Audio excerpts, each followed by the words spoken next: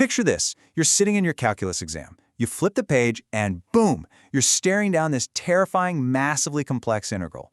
Your heart rate spikes. Your mind literally goes blank. Look, if you're a student, you know exactly the feeling I'm talking about. I mean, just look at this monster. The integral of 6x times the quantity 3x squared plus 4, all raised to the fourth power, dx. There's no basic power rule for this, right? You can't just split it apart. And expanding it to the fourth power? Yeah, that would take all day and invite like a dozen algebra errors. But hey, don't panic. By the end of this explainer, you're going to understand the core concept, the exact steps, and how to conquer this exact type of problem using a simple, highly visual process. Okay, part 1, the chain rule in reverse. Let's look at unwinding these derivatives. So, to defeat these complex integrals, we really have to understand where they come from. Basically, they're the aftermath of a chain rule derivative. We are essentially trying to play the chain rule in reverse. And our absolute secret weapon for this? It's called integration by substitution. As the OpenStack source material defines it, this is simply changing variables to obtain an expression that's way easier to work with. Think of it like this. We're going to take the ugliest, most complex part of our function and temporarily rename it to the letter u. Then we find its derivative and call that du. This whole substitution process, it literally clears away the mathematical clutter. And here is exactly why we do it. On the left, you've got that messy, nightmare x-based integral we started with. But if we make the right substitution, just look at the right side.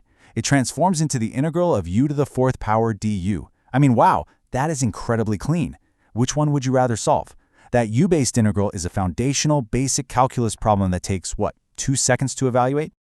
Now, you might be asking, okay, but how do I know which part of the messy equation to call u? Well, think of this like a Russian nesting doll.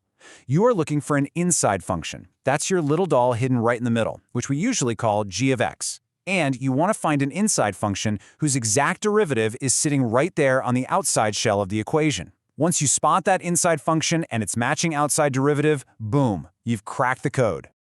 All right, let's move to part 2, the 4-step U-sub method. Let's make this actionable. So let's transition from the theory to the tactical. How do we actually do this on paper? Here is your foolproof 4-step battle plan. Step 1, select your u. Remember, look for that inside Russian nesting doll.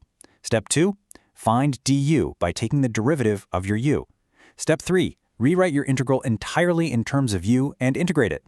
And finally, step 4, since the original problem asked about x, we kind of have to be polite and hand the answer back in terms of x. We do that by substituting our original expression back in at the very end. Let's actually apply this to our scary integral from earlier. Step 1. We look at the problem and see that 3x squared plus 4 is trapped inside those parentheses raised to the fourth power. That right there is our inside doll. So we let u equal 3x squared plus 4. Step 2. We take the derivative of that u, and the derivative of 3x squared plus 4 is simply 6x dx. Now, look back at our original problem. Do you see it? We literally have a 6x dx sitting right there on the outside. It's a perfect match.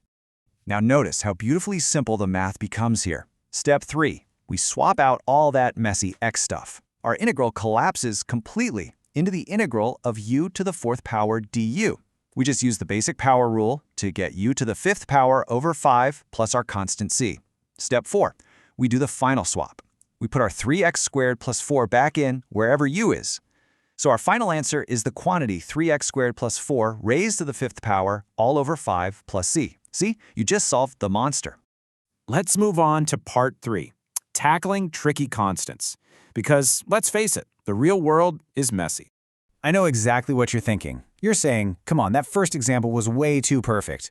What actually happens on a test when the constants don't match up? Well, it's time for a quick retention check. Look at this new integral, the integral of z times the square root of z squared minus 5, dz.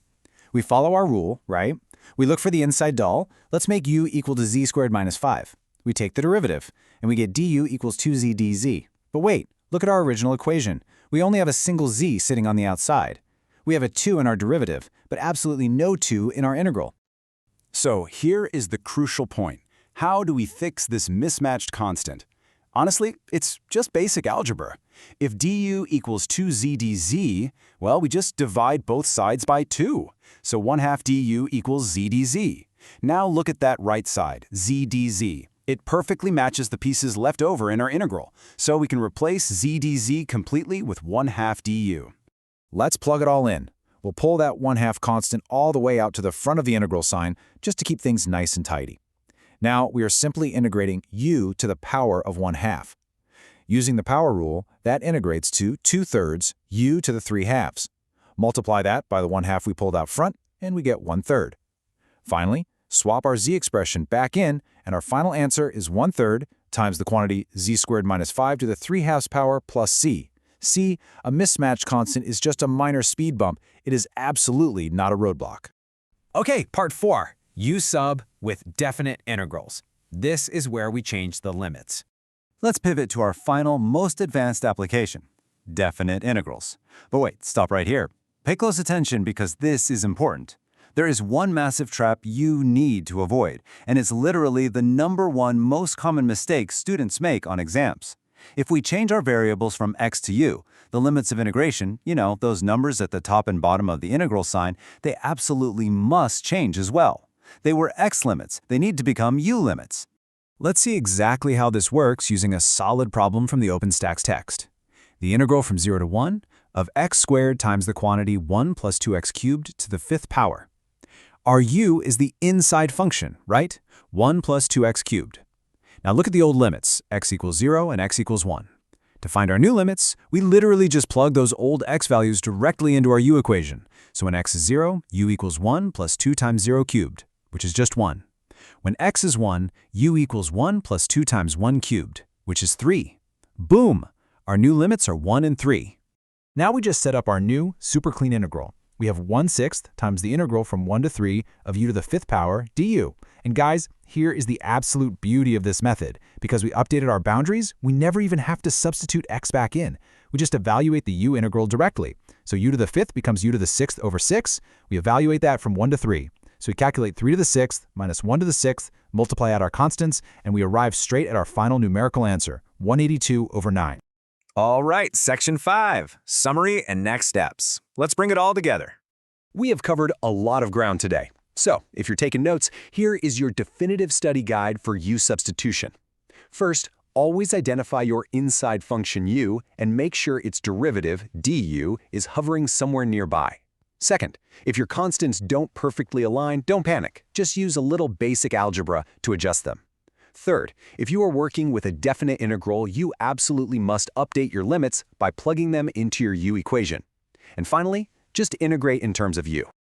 I want to leave you with this final thought. Why does mastering this specific technique matter so much? Honestly, because U-substitution is the gateway. As you move further into calculus, you're going to encounter crazy integrals involving exponential functions, logarithms, inverse trigonometry, the whole shebang. And almost all of those advanced techniques rely entirely on your ability to confidently identify a u and a du. If you master this visual, step-by-step process today, you haven't just solved one problem. You've literally unlocked the rest of your advanced calculus journey.